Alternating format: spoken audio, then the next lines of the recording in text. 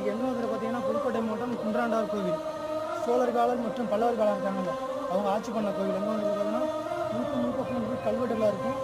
அது கோயில் திருவிழா பராமரிக்கப்பட்ட ஒரு இடம்னு சொல்லலாம் இது அப்படின்னு சொல்லலாம்.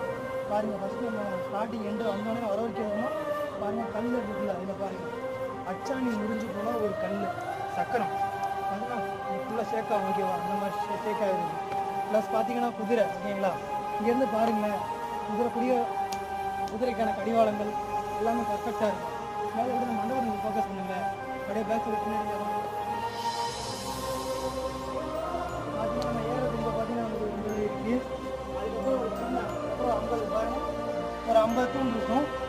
ஒரு 50 தூண்லேருந்து இங்கே வந்துருக்கோம் பார்த்தீங்கன்னா இன்னும் ஒரு 50 தூண் ஒரு பாருங்க மண்டபம் நினைக்கிறேன் எல்லாமே இல்லை பாருங்கள்